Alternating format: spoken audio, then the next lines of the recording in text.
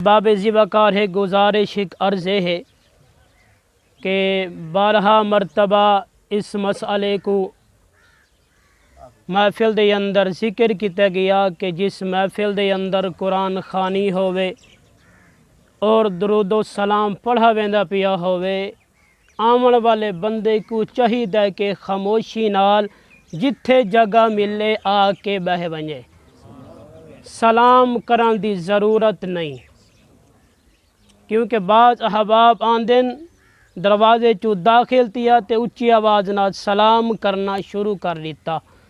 احباب جسے قرآن پڑھیندا پیا ہوئے کہیں کو ضرورت نہیں، جی میں ہی کوئی آوے جت جگہ ملدی ہے خاموشی نال آ کے تشریف رکھے، سلام دی ضرورت نہیں، کیوں؟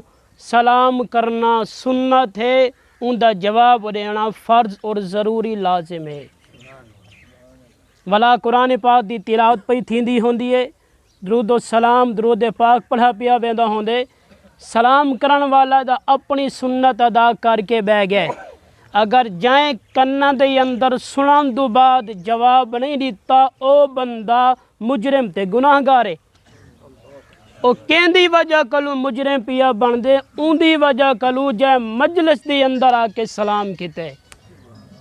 ایک بزرگ دے بارے قبلہ میں پڑھے کہ او محفل دے اندر جڑن بھی آندے ہن محفل بھری ہوئے سلام نہ کریں دے ہن، خاموشی نال آ کے بہ ویندے ہن۔ کہیں سوال کیتا حضور تو سلام کیوں نہیں وے کریں دے؟ سلام کرنا بڑا اجر و ثواب دا کام ہے۔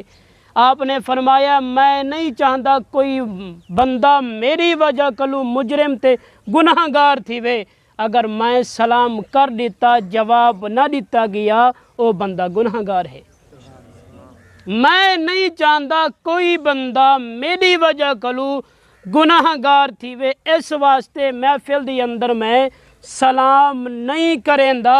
ہن بھی چاہیے جڑے احباب ایہو جی محفل دے اندر تشریف گھن آؤ، سلام کرن دی ضرورت کیا نہیں، بغیر سلام دے بہ ونجو۔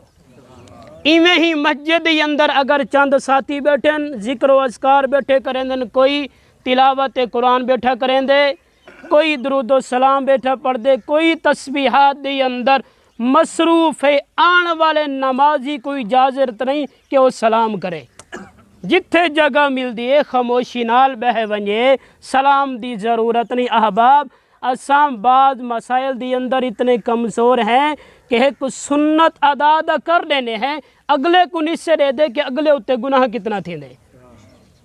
اگرچہ سلام کرنا بہت بڑا اجر ہے، بہت بڑا ثواب ہے، لیکن محفل دے تقاضے کو ڈٹھا کرو۔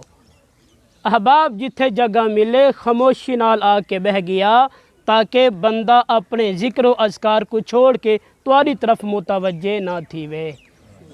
امید ہے کہ مسئلہ سمجھ آ گیا ہو سی۔